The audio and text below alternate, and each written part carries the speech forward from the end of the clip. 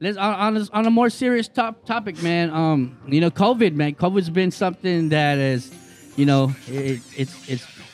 here. Yeah, it's here. You know what I mean? It's here. Yeah. It's not going anywhere. So we ask you to please. I know the mayor's been pushing this. Wear your face mask. Wear your face mask. Use your spray. Disinfect stuff, and please make sure you follow those guidelines. You know what I mean? Yes.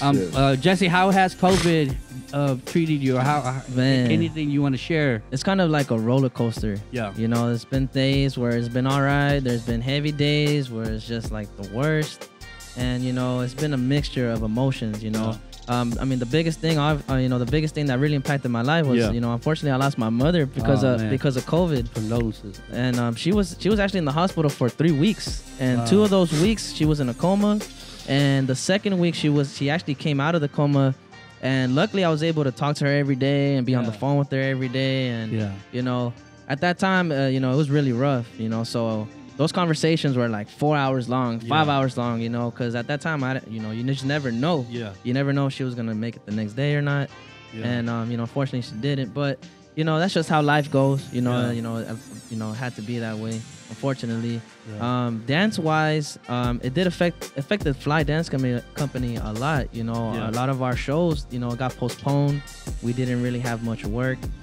The schools and the whole year. Yeah, the whole year was gone. You didn't do anything for 2020. It just got shut down. It was pretty bad. And luckily, I was able to teach virtually.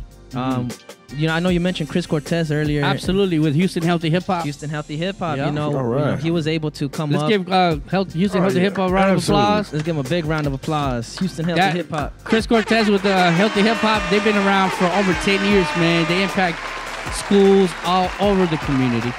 And luckily, I was able to work with him, and he adapted a virtual classroom for students to be able to take classes while being able to follow the CDC guidelines. That's and all great.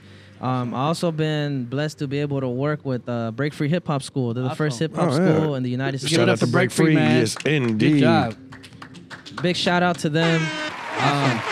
We were able to teach the elements of hip hop. We were able to teach breaking, DJing, graffiti art, and MCing. Yeah. So, I was kept busy with that as well. Family-wise, like I said, a lot of my family members unfortunately caught COVID. Some of them, they got through it.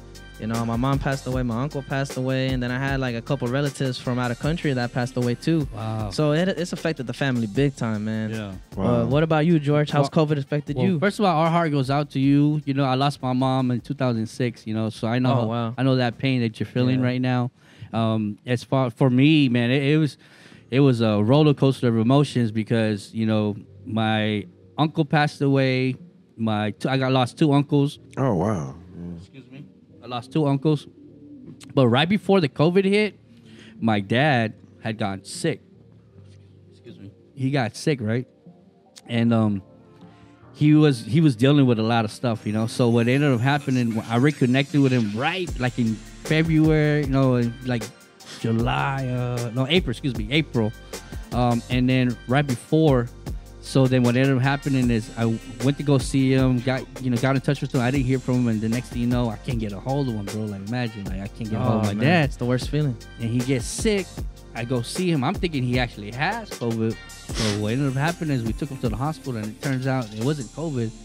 He had a congestive heart failure. His kidneys failed, and he was going through the whole thing, and unfortunately he went blind because with his cataracts and everything like that.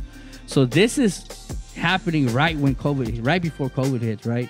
And then boom, everything gets shut down. The concerts, the tours, everything that we had lined up. We had lost over 90% of all our stuff, dude.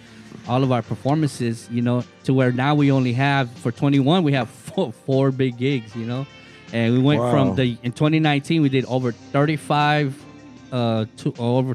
dates across the country, and over like 23 dates, I think, in overseas in Europe, and we were in about 4 countries. So we went from that to to losing everything, all the contracts. I'm talking about like big companies and sponsors that were going to be a part of Fly. We had it to the point to where we were about to start sending people to do different things. This group's going to go do that. This group's going to do this. This group's going to do that. So we needed about 15 guys and everything. Just boom, boom, boom. We started losing everything. Now we built a company for it to tour. For these last 8 years, we're putting financially everything into this company to tour, and then boom, it hit.